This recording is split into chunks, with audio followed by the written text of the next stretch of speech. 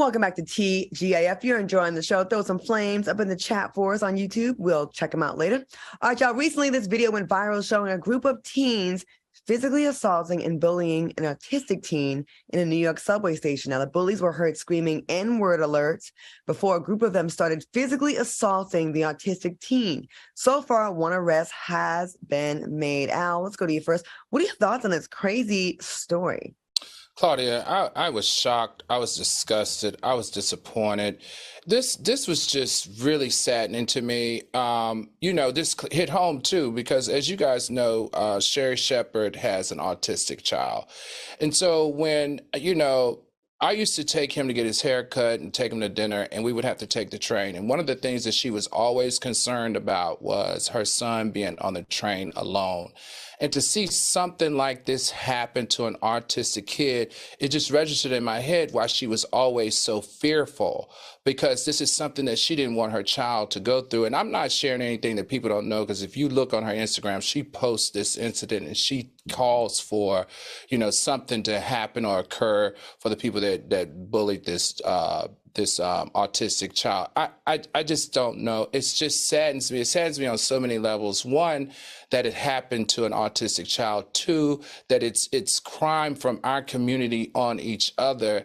And three, the only thing that I could think in my head is, how do we change this type of hate? And the only way that I think that the parents should take accountability the same way that the kids should take accountability for this type of hate and this type of mean acts that really is, at the end of the day, extremely criminal. You said it was our community. I thought it was a bunch of Spanish kids that did that.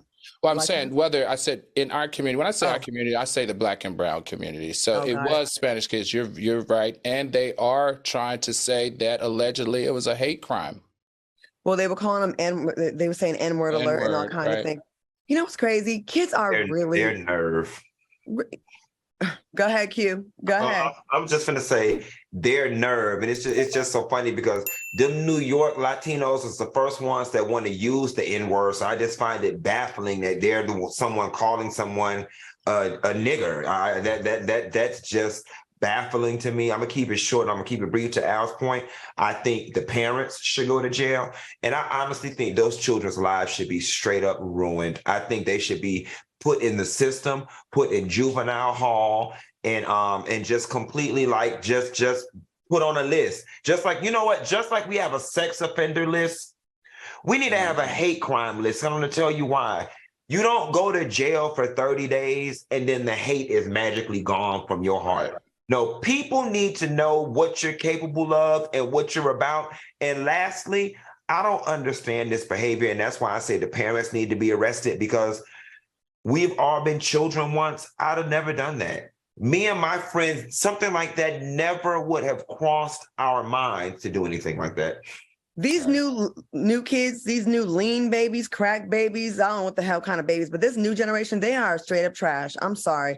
Our generation too, like, they may have made fun of kids every now and then. It was never assaulting mentally handicapped kids. I've never seen that when I was a child, when I was a teenager. Tamika Rush says people need to start recording and start helping. I'm going to say this. I was shocked about that too, though. Yeah. And that was a lot. Yeah. Nobody else felt bad for this kid. Yeah. And whether it's an autistic kid or not, like, it's just mean, I'm going to make a statement that I'm probably going to piss off some people, but hey, it wouldn't be TJF if we didn't do that every now and then. I think Black people are so generous when we include and say the Black and brown community. And I really wish there was a Black and brown community, but sometimes I don't feel like there is. I sometimes feel like we say it and we think that there's some kind of coalition or allyship, but there's really not. And these kind of situations, you see that it's like there's an us and them thing. And I wish it wasn't like that.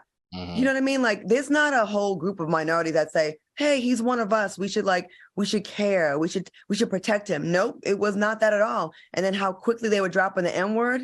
I think we need to really have a serious conversation about this, because I feel like it's one-sided love in some situations, not all, of course. And I know that's a blanket statement and I'll probably get some flack for that. But I feel like we're really encompassing and we wrap our arms around all types of minorities and be protective. But it'd be nice to see the same in reverse.